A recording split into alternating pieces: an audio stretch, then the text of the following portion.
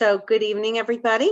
My name is Adele Jacobs, and I am a daughter of Holocaust survivors and the Vice President of Voices of Hope, and I'd like to thank you all for joining us tonight. Tonight, we are joined by Salton Eisen, who was a founding member and the first president of Congregation Beth Israel in Colleyville, Texas, the synagogue which experienced the hostage crisis on January 15th of this year.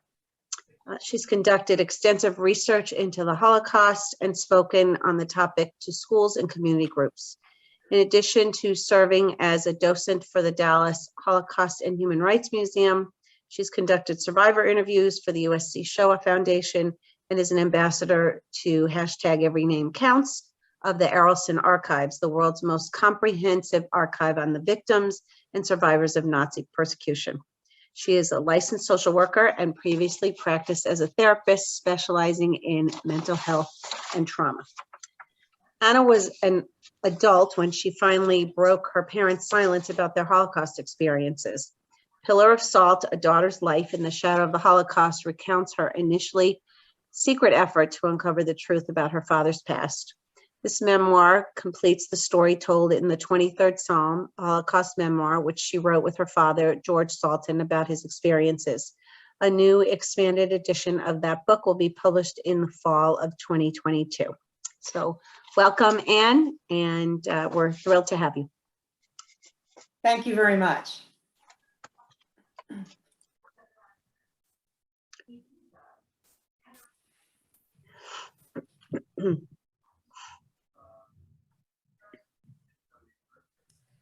So like many children of survivors, I grew up in a home where the Holocaust wasn't talked about. It might have been that my father was trying to protect us, and also that people had encouraged him to make peace with the past and move on, and how he personally felt was the best way for him to deal with the past. I was born in upstate New York, and when I was about 5, we moved to the Maryland suburbs. And I think when I was about 7 years old, I started to realize that there were some differences between myself and some of my friends. My parents spoke many languages and had thick accents. We didn't have any pictures in the house of any relatives, and especially none of my father's family. He didn't tell any stories about his life growing up. And as a matter of fact, he had no relatives. I had no grandparents, no cousins, no uncles on his side. And when I was about 7 or 8 years old, I remember going into the den of our home, looking for a deck of playing cards and reaching my hand into a drawer and feeling 2 stiff pieces of cardboard.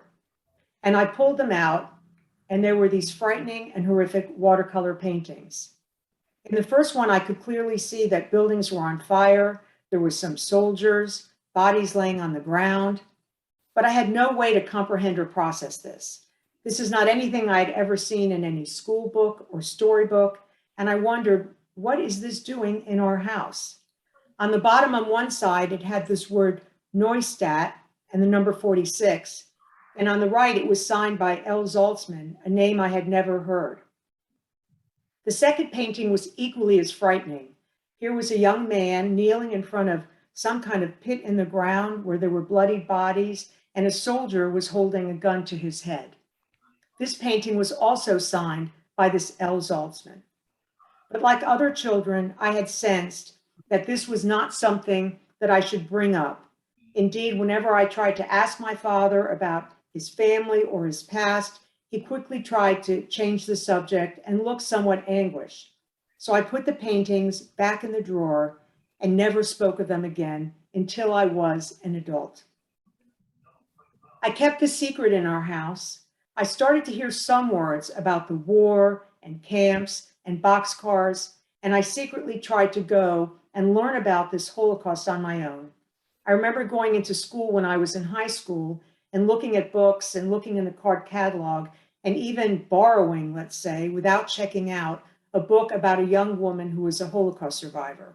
Because indeed, I felt that this was something I shouldn't be knowing about or reading about or even wanting to know about. I remember talking to one of my school friends and telling her something that my father had been in a camp and his parents had been killed and in boxcars. And not long after, her mother, who was Jewish, pulled me aside and said, "Don't ever speak of this again." So now my father had his secrets and I had my secrets. And sadly, I even carried some kind of shame that this was something that was part of my family and my father's history that was taboo and we shouldn't speak about. It wasn't until I was older and getting married and moved to Texas when I discovered that they had, in 1984, a Holocaust museum. And I remember the first time I went, it was in the basement of the JCC, and there was a door to enter the museum, which was closed that day, and the only other way in was through the boxcar that's pictured here. And I remember walking in this dark space with no windows and no seats, and just running my hands along the scratched walls and finally feeling like, I get this. I finally feel a connection and understand. This was the kind of experience that my father had had, my grandparents had had, our people had. And after a while, I did become a docent at the museum, and I learned everything I could about the Holocaust and took groups through.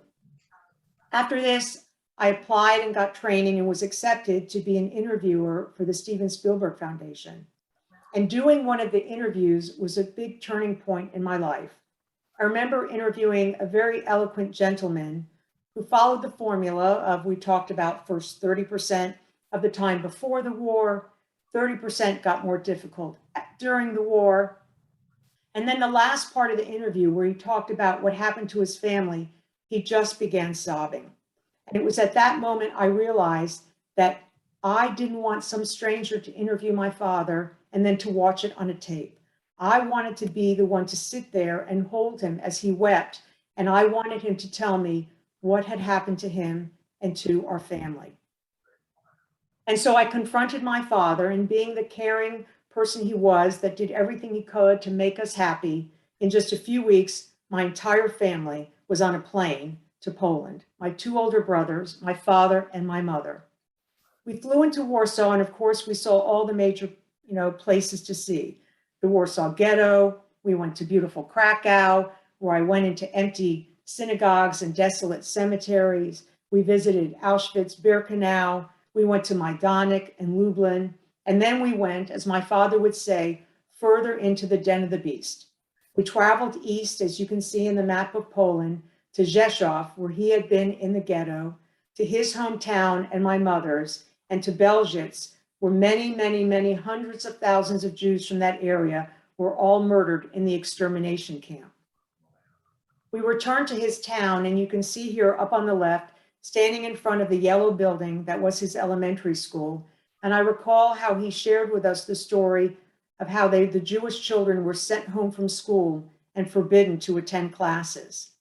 In the middle picture, we went and visited some of the homes of some of the people that he had known, Jews and non-Jews, and indeed we were told that we were the first Jews to return.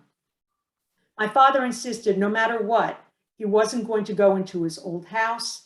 He didn't want to knock on the door, but my mother, being the outgoing woman she is, was talking to this older woman seen in the middle photo, and before you knew it, we were walking down the hill toward my father's house.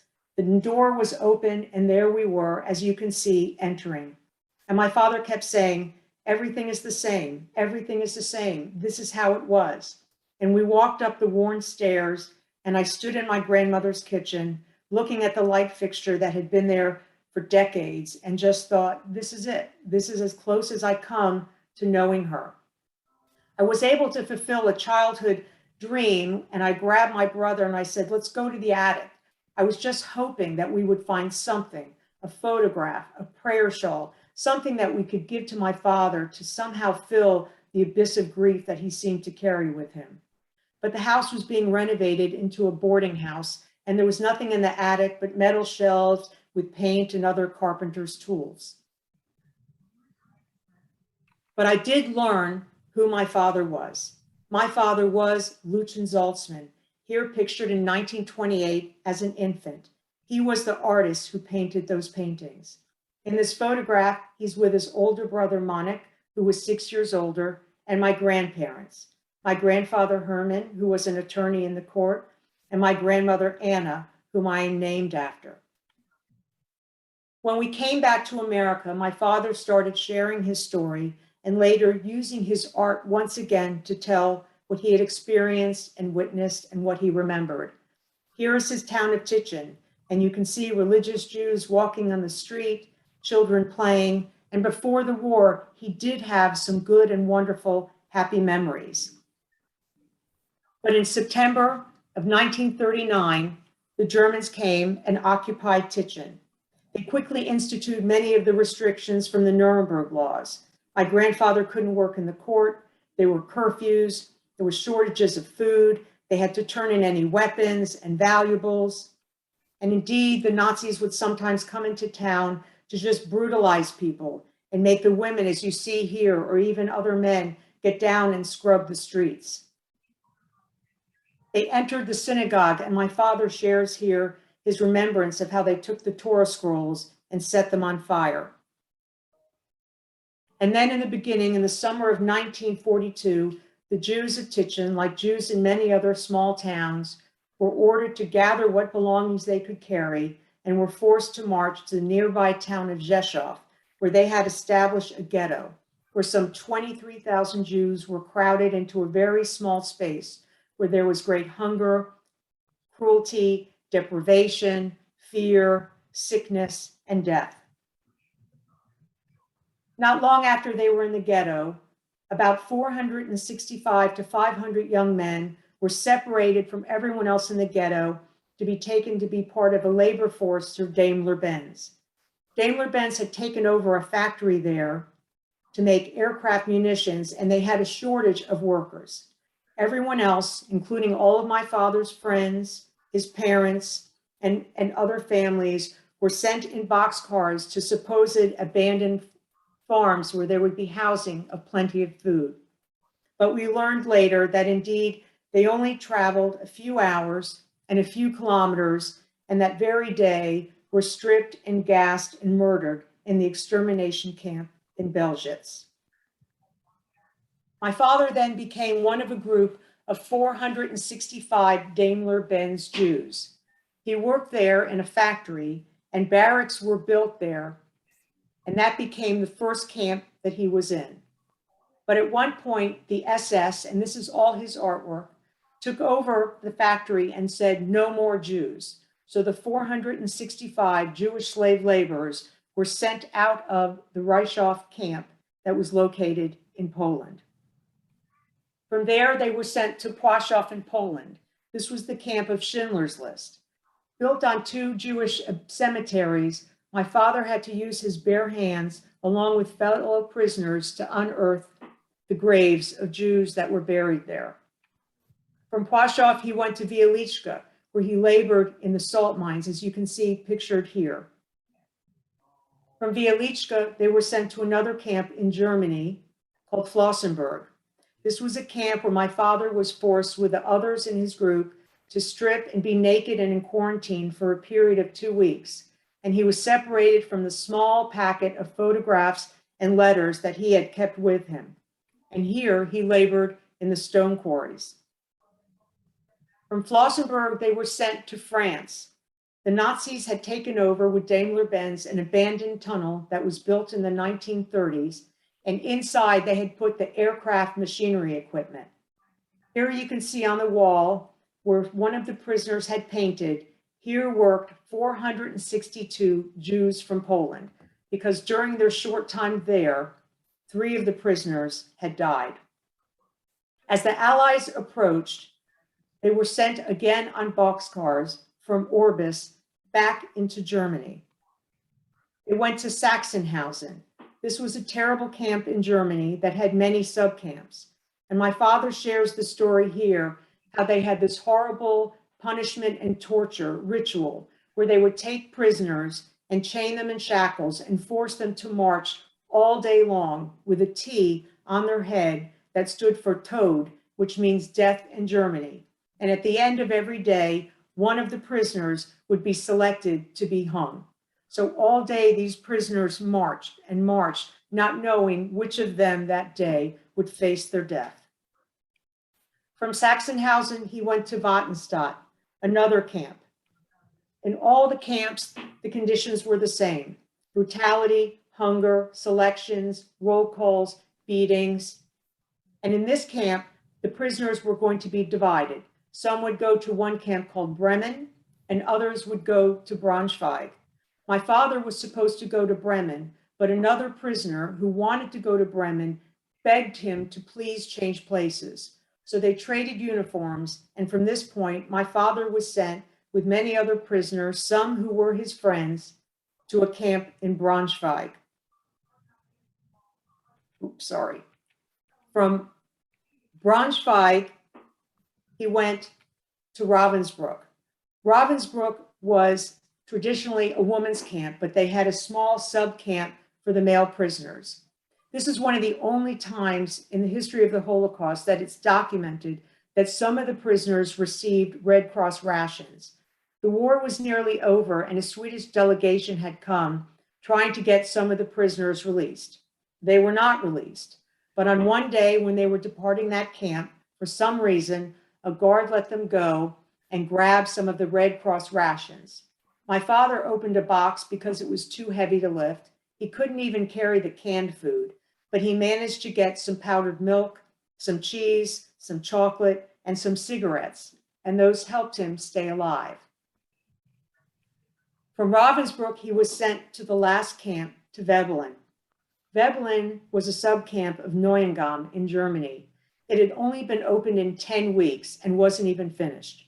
Most of the barracks had no windows, no doors, no bunks, and the prisoners slept just on the dirt floor. And here is a picture of my father taken by the American soldiers. He is the second from the right, and that is his friend on the very far left, Emil Ringel, who was with him from the ghetto through all 10 concentration camps. And my father recounts how a small group of about 9 soldiers from the 504th PIR, Paratroop Infantry Regiment of the 82nd Airborne, showed up and they were free. On the night of May 1st, the night before this, they were all put into boxcars, but the boxcars didn't leave, and they weren't sure why. But on the morning of May 2nd, the boxcar doors were open, they came out, the guards had fled, and the American soldiers had arrived. He was finally free. After 3 years, from ages 14 to 17, in 10 concentration camps in Germany, Poland, and France. He would spend 2 years in a displaced person camp in the British zone called Neustadt. Here you can see on the right an original telegram that he received from the one relative who had gotten out before the war and would be his sponsor. And on the left, the highest paper, Hebrew Immigrant Aid Society, in lieu of a passport, saying that he would travel in September of 1947 on the USS Marine Flasher to New York. Here is the manifest of the ship that left that day, and my father's picture on the boat. And you can see also that Still liked to draw. He even recorded that day a picture of the ship that he was traveling from Bremen to New York. He came to the United States and he was 19 years old with a 5th grade education and basically no family.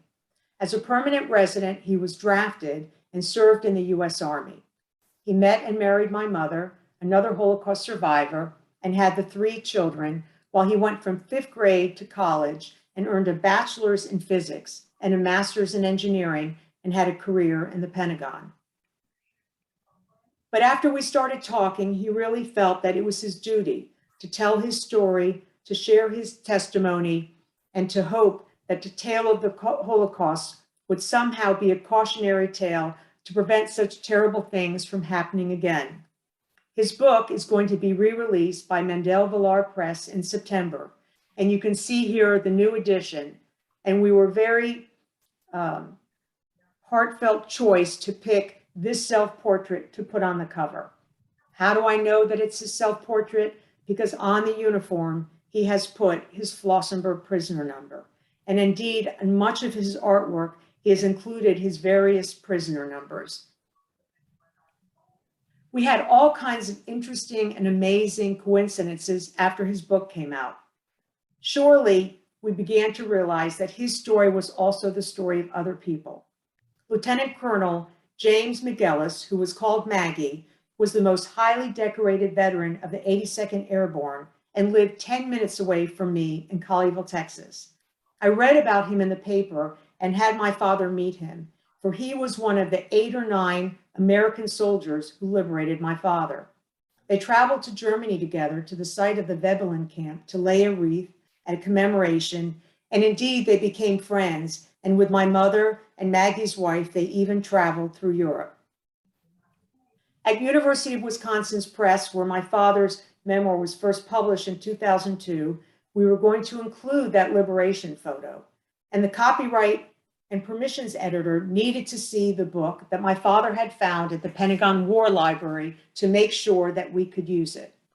So I sent her the book, and she found this photo in the book of her father, Staff Sergeant William Walsh, who was also one of the 8 or 9 soldiers who liberated my father. We flew with CNN and had a really special reunion, and indeed one of the adult sons had in the trunk of his car that he brought that special day the Nazi flag that had flown over the Veblen camp that his father had cut down and saved all these years. In 2016, after a brief and sudden illness, my father passed away. But I felt compelled to keep his story alive, to keep learning, and to keep searching. So I started with the Arleston Nazi Archives, and you can see here on the left, there were various spellings of his name, but they all had the same date of birth and the town that he was from. Here you can see a list, an original list from the Ravensbrück concentration camp that says Lucian Zaltzman, born January 7th from 1928 from the town of Chemisch, and his prisoner number. Here I found an original Nazi list from the Flossenburg camp. Again, you can see his date of birth and the prisoner numbers, along with others from the group of Daimler-Benz Jews. This remarkable list is from the Natzweiler camp in France. And to me, it's just unbelievable that somehow this group of starving, dirty, half-dead prisoners would line up in front of a table where someone with great care would just write in this beautiful, almost calligraphy handwriting to record all of these poor Jewish prisoners. I also found post-war records there at Arleston Archives. Here we see a record of my father that lists all 10 concentration camps that he was in, along with many of his prisoner numbers. And there were other things that I found that still were instrumental in my learning and my grasping and understanding the Holocaust beyond the list. Here you see a hand-drawn map of the extermination camps, the ghettos, and the concentration camps in Germany, Poland, France, and Austria, and how unbelievable it must have been, how much of the land is crowded as someone just tried to find space to write these camps that seem to dot and take up every part of the land. In this remarkable record from the Flossenburg concentration camp, I came across this note that was written at the front by an American soldier. If a thought may be interjected, it is hoped that these volumes will prove of help to those who suffered, as well as those who want to prevent a recurrence of such suffering, and that this list shall never in the future again be necessary to report such history. So I think here we can see a way to understand how these archives, these documents, these records can be a way to fight not just Holocaust denial, but also even at the time people understood that these records and lists were important, that we should learn the history. And then I found this, the Veblen bread list from the day my father was liberated. It has the block number and all the dates toward the end of April. May 1st, there is bread, but on May 2nd, there is no bread. Because on May 2nd, the Americans arrived and my father got freedom. But I've learned more since then about what happened on May 2nd and May 1st. There indeed was another miracle, because all of the subcamps from Neuengamme, and including the Neuengamme camp, which is a big complex of concentration camps in Germany, on May 1st, when my father and them were loaded onto the boxcars that never left, after a whole long night, that they stayed until May 2nd and they were liberated. Those trains, along with all the other trains from Neuengamme and the subcamps, were headed to Lübeck Bay. At Lübeck Bay, those prisoners would have been loaded onto two ships that were mistakenly fired upon by British aircraft and sunk. And that day, on May 3rd, more than 6,000 Jewish prisoners drowned, were burned alive, or shot as they tried to swim to shore. But luckily for my father and those with him at Vebelin, they were not part of that great catastrophic event that happened on May 2nd and May 3rd. When COVID started, I moved my mother in with me, and along with her belongings, I found these items, a collection of black and white photographs of people from the displaced person camps. And as I turned them over, I recognized the names from people my father had talked about on our trip to Poland, of people that he had written about in his memoir. Here we see on the left, Moses Zimmern, Itzhak Rip, Motek Hofstetter, Tobias Newson, and my father's past as a former concentration camp member. And I decided, seeing these pictures, it just made me realize that these were real people. They were young people. They were beautiful people. And indeed, I wanted to find out what had happened to them too. So I went back to the Nazi archives, and here you can see I found this unbelievable document that says 465 Häftlinge, prisoners, Jewish, from Reichshof, that were transported to Colmar in France, where the tunnel was. And my father's name is the third up from the bottom of the list. I went looking for his friends back to the Ravensbrück list, and I found them. Moses Zimmern, my father, Verstanding, Tuchman, with their towns and date of births. For each of the prisoners, I found these golden cards that came from Flossenburg that were their possession cards, which is so utterly ridiculous because nobody had any possessions. And more importantly, they had a signature that I matched to their post-war card that told me, yes, this was the person. Here it says they had been in all the camps with my father. And this young Tuchman was going to his uncle Herman in New York. Tobias Newson had the same cards. And again, I was able to find the dates of birth and their plans for post-war.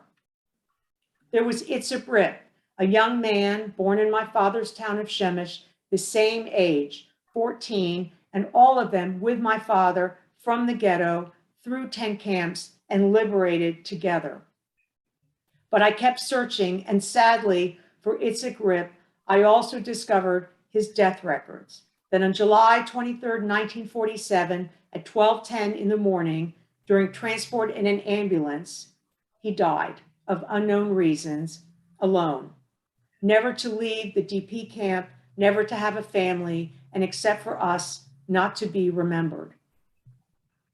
So I started searching for people from my father's book and people he had talked about. And through Google and Ancestry and Facebook and through the Arlson archives, I found 7 of them. And I contacted them. They were all over in Sweden and Israel and Texas and New Jersey. And we had a reunion last November. I had my son go down into the lobby because I thought I would be too emotional. And I was, and it was. To make this connection was really, really touching and meaningful and powerful. And we zoomed in with the other families from Sweden and Israel, and none of them knew their father's stories. They knew that they had been in camps, but they didn't know tent camps. They didn't know France. They didn't know Daimler-Benz. One person said, I found my father on page 86. The woman standing, and that is her father's picture, told me that she read the book 5 times.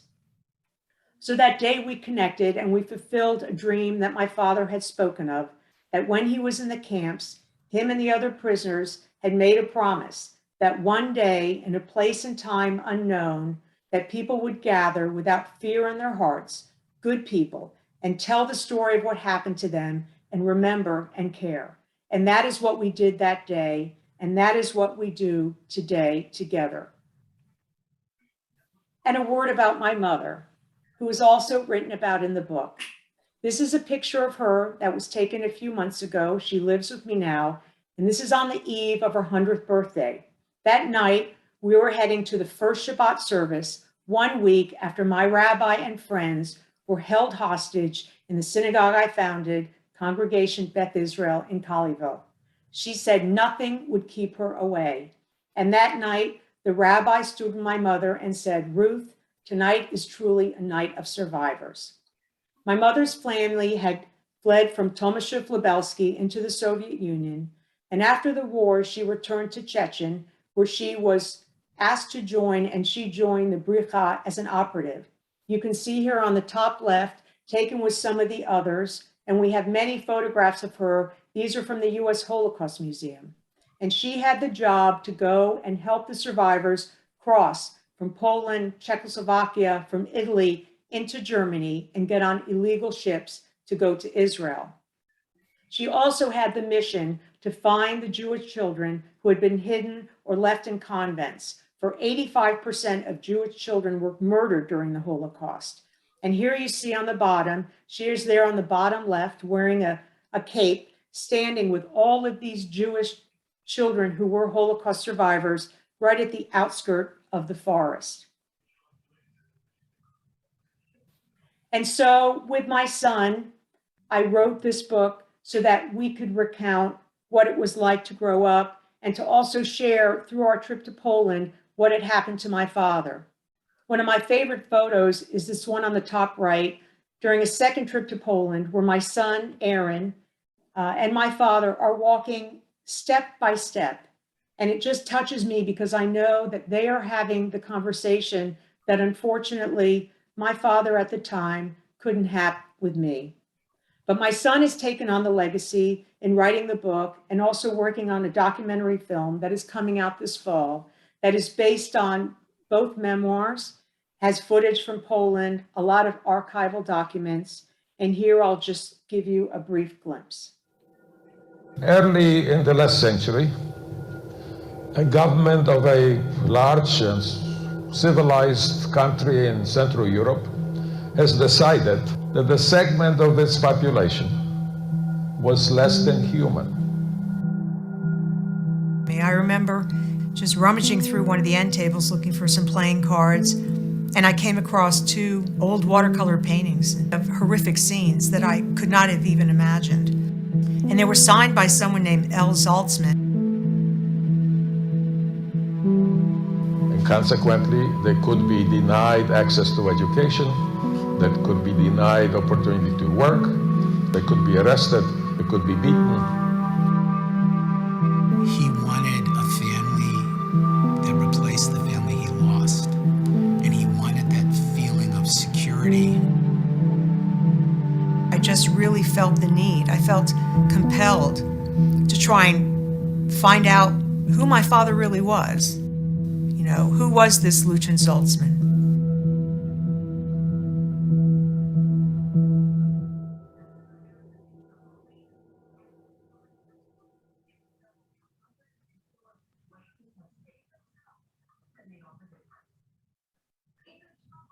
So who was this Lucien Zaltzman? He was my father.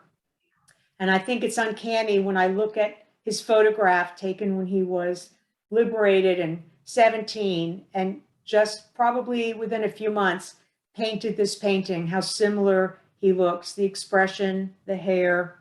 And indeed, one of the prisoners who's standing in this photograph is wearing a Star of David, and it has his number 222, which was my father's first prisoner number in the Reichshof concentration camp. And a last word about my synagogue. You know, here on the left is a picture of the beautiful synagogue in Lublin, and I'd been there twice, and I just remember standing there, and it was just empty, and the ark was barren, and I thought, you know, this place was once full of life and should not be like that. And that was similar to the experience I had about 3 or 4 days after the hostage crisis at my synagogue. I was asked to come in and take over the repair and the remodel of the building. And I just remember standing there in the lobby that was full of broken glass and bullet holes and so much destruction that was needed to do in order to breach the building. And it was that same feeling. But the building has been repaired. We've reconsecrated and dedicated it. And indeed, this is a picture of us and me carrying the Torah when we returned. And we say, and I say, we are not defeated and we are not going to live in fear. But a few days ago, I did an interview and one of the people from the media asked, has everything returned to normal? Does it feel like it used to? And I just had to pause and say, this is not the normal we want.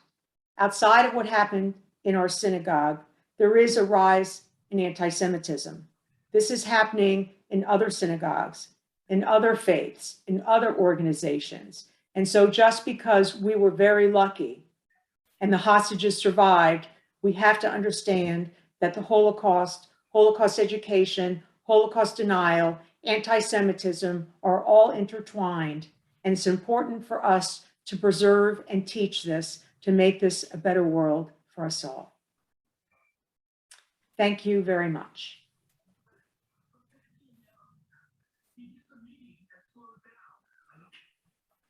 Wow, thank you so much, Anna. That was a beautiful, beautiful presentation. We have some time for some questions. If people have any questions, please send them to me. We have the first one that came in from Hillary Levine, and she wants to know how you feel about Poland. How do I feel about Poland? I mean, it's a beautiful country. It was going back was probably the most meaningful and important trip I've ever taken in my life, twice. I mean, it was not a vacation, but I'm so glad that I went and I hope to go back again. I don't harbor ill will toward this generation. There is anti-Semitism there as in the United States, but I'm glad that the Polish government allows for Auschwitz, for the Belzec Memorial, that they welcome visitors, that they try and make it safe. And I think it's important to recognize that, and that they were an occupied country. And however else one may look at and judge what happened during the Holocaust, I think that it is a worthwhile trip to go and take, and that there is something in the experience of returning there that I myself could not get from any book or any movie or any museum. Thank you. And Adele Jacobs is wondering if you could tell a little bit about what it's like to search and how difficult it is to search in the Arleston archives. So great question. Thank you. I'm an ambassador for their Every Name Counts. Anyone can go on and start to help digitize. You don't have to register. There are millions of records not documented. What I suggest is you can go on the site and do a search. You can put in, like I can put in my father's name and 3 records came up. But if you ask them to do the search, I got 69 documents. For each list, I also got the cover page, an explanation, the first page, which often has the headings for the columns. But also some of the other things I found was just by entering the names of the concentration camps. Or I could put in my father's town, Tichin, and come up with records of all these other people who were from that town. So I think that if you have some time and just, use your imagination, take a chance, there's so much there. The bread list, the map, these are all things that I found on my own. They were not sent to me. And did you work with a translator at all to help? No, everything is in English. You can go and it says search our archives. I put in Lucien Zaltzman. I hit the agree box, and then the records just came up, and there are millions of records, and you can understand them. On the right, the description is in English that says in this file are these kinds of documents. So it's extremely user-friendly. And we have a question from Sylvia Hammerman. She is wondering, the pictures are amazing. She says first, I'm sorry about my dog. And when did your father draw those pictures? Were they drawn after the war? So the watercolor paintings were drawn in displaced person camp. From the period, that I grew up, there were little doodles and drawings, all over the house. This self-portrait that's on the cover was just on a folded piece of paper from when he was at a meeting somewhere. He was a great doodler. And that I found. The black and white drawings he started in 2008. He had been doing art his whole life, but never Holocaust art. So the watercolor paintings are housed at the U.S. Holocaust Memorial Museum in DC, and the black and white original set of 16 are at Yad Vashem, but they're all online for use without any kind of restriction.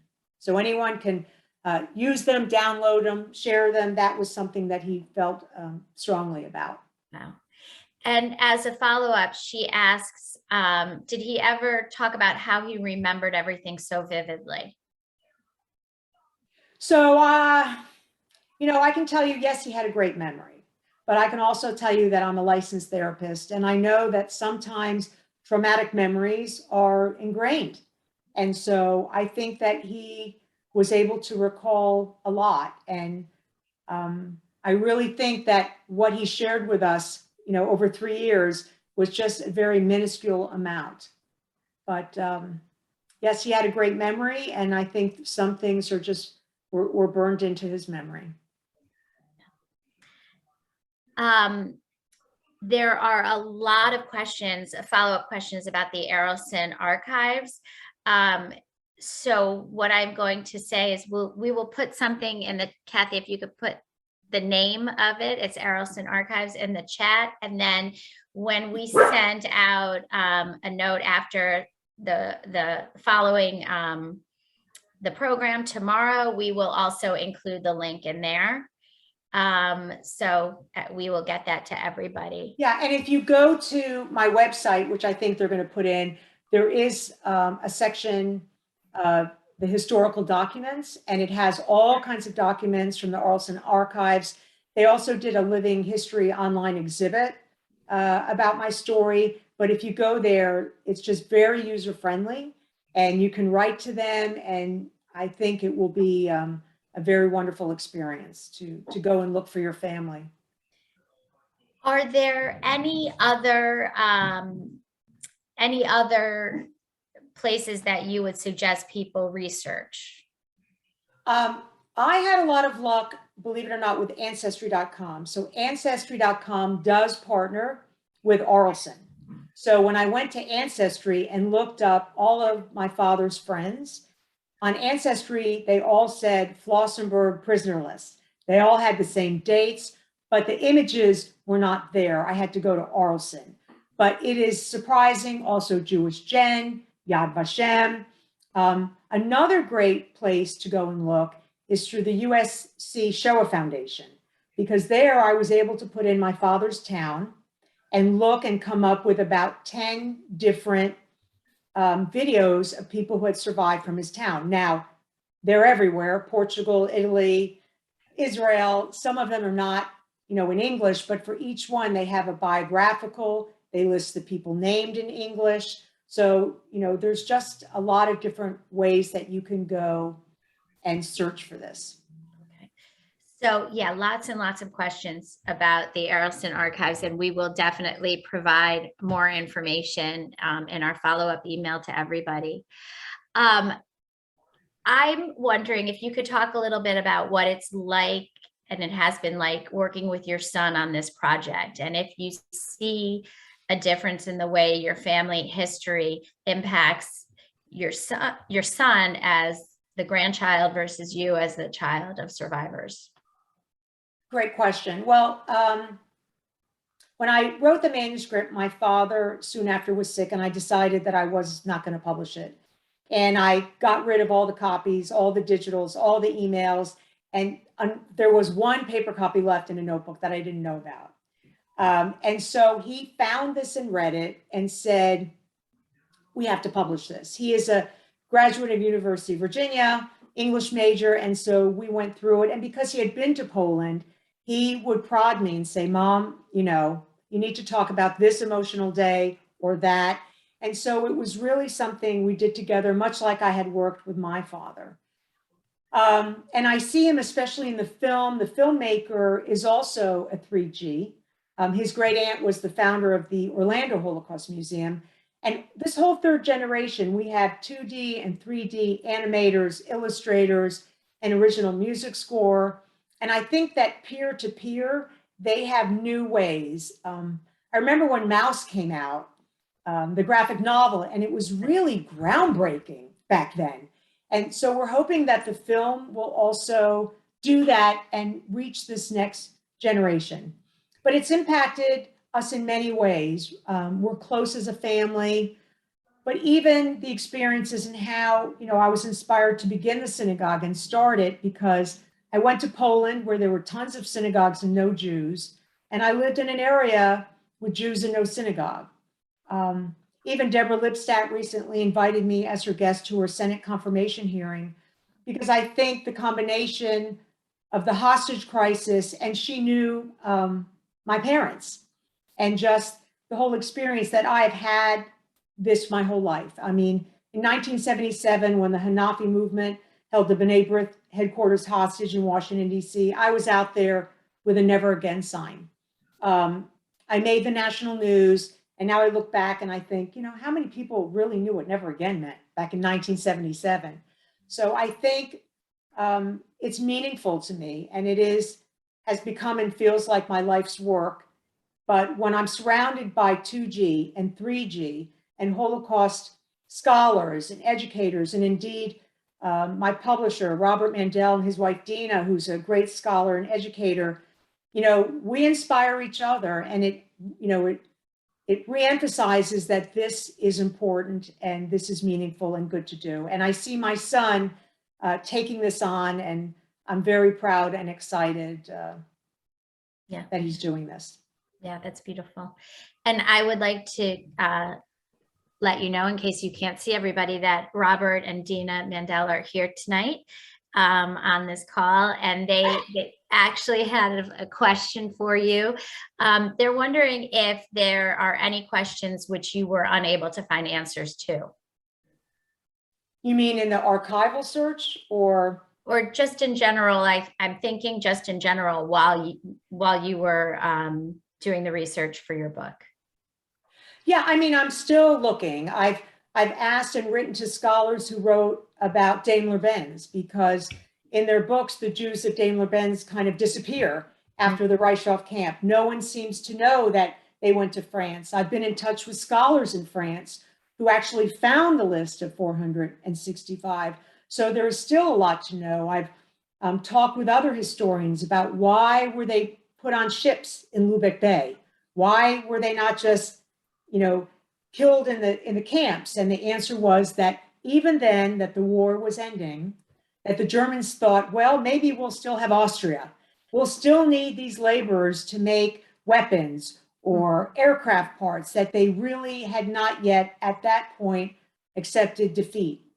And there's still people I'm looking for. And I still look all the time for some of the people my father knew. And, unfortunately, like my father, who went from being Lucian Zaltzman to George Salton, George for George Washington, and Salton for Saltonstall, who was some diplomat. It's very hard to find people when they've changed their names. Just about a month ago, I, asked my mom, I said, tell me, Mom, is your name not really Ruth Wolfberg? And of course it wasn't. So I lived in a house with both my parents had fake names, and I didn't know. And they didn't talk about their past. And it's a different experience, but I understand why. I mean, I have my mother's forged papers. It said that she was a Jew from Berlin. And growing up, people would say, where are you from? And she'd say Berlin. And I knew she was from Poland. And I thought, why is my mother lying? But now I understand that she was afraid that somehow she came to America under false pretenses, and she would be, either sent back or arrested. So the story never has ended yet. It still unfolds every day with every question it leads to new directions. And, you know, I think we are far from discovering all that we can about the Holocaust period. Yeah. I think we have time for just one or two more questions. Someone, Marcy Bloom, is wondering what the role of your brothers in your family's search have been. Well, they were older. And so, you know, they went away to college and moved out and started their own lives and had families. And so I think that I uniquely was wanting to do this. You know, I went after it from a young age, was a docent, did the interviews. And even though they're very close with my father and traveled to Poland, this is something that I've pretty much done with my parents, with my son. And I think, you know, my brothers, as we know, every child of survivor has a different experience and a different way of living with it. And this was the way. And I will say that it has made the passing of my father, as they say in Judaism, memory is a blessing. It is, because we talk about him every day. It feels like he's still with us. We know that he would be proud and glad that we continue. So it's a wonderful thing in that way too, to keep his spirit, his story alive with us. Thank you. Thank you. And before we conclude, do you have an idea of when your film will be released, and are you working on any other books or anything new? What's happening next? Well, so my father's memoir is coming out in the 20th anniversary edition with a new foreword by Michael Birnbaum, a new afterwards that's excerpts from his speeches and talks that he gave, a full color insert of drawings and photographs. So that's coming out at the end of September. I am going to go in front of Jewish Book Council. So if anyone has any synagogues, Federation, JCC, I'm more than happy to share a presentation like this. The film, we are looking at entering it into film festivals starting in end of August, September. Film festivals are like applying to college. They have different dates and deadlines. And so it's year round. Typically you apply and within a few months, you find out if you're invited or not. And we're also going to go through Jewish film festivals as well. So I would look for it sometime in the fall, depending on the calendars of film festivals and where we get invited. But it will be a full-length feature documentary. So great, thank you. This was fabulous. This really was fabulous, and so many more questions. I could sit and ask you more and more questions. So thank you very, very much for your time and this incredible story and a wonderful presentation. I am now going to introduce Adele Jacobs again, the first Vice President of Voices of Hope, to close out this wonderful evening. And let me just say my email is on the website. So if anybody has any questions or wants help or an introduction to Arlson or anything, feel free to email me and I'll be more than happy. It is really something I love doing. I see that someone is on here that I'm not going to identify. And I was on the phone with him. Can I identify you? Ken Gluck, who is the education director of the Tennessee Holocaust Commission. And while we were having a phone call, he was driving in the car with his wife, and I started grilling him about his family history. And while we were on the phone, I did look up his family records and found them on Arlson. So I'm hoping he will get more. So, but thank you for having me. So can I you see hear me? Ken. Can you hear me? We can hear you, Adele. Okay, Yeah. I'm frozen yet again. So thank you so much, Anna. That was an amazing, amazing journey. And thank you for sharing your story with us. Everybody, please, we'll talk tonight. Thank you for your wonderful presentation, and our deepest thanks to everyone in the audience for your engagement and wonderful questions. If you'd like to purchase a copy of Pillar of Salt, A Daughter's Life in the Shadow of the Holocaust, please follow the link in the chat. I see it's up there already. We hope you will join us for our June 13th program with Sam Apple, author of Ravenous, Otto Warburg, The Nazis, and the Search for the Cancer Diet. Programs were brought to us thanks to our affiliation with the Jewish Book Council. If you like tonight's program, please check out our website for the rest of our events and consider making a donation at www.ctvoicesofhope.org. Use our text to give number, and you can even find us on Venmo. All of the ways to donate tonight are listed in the chat box. So thank you, everybody, again. This was fabulous. Thank you. Good night. Good night, everybody. Thank you so much.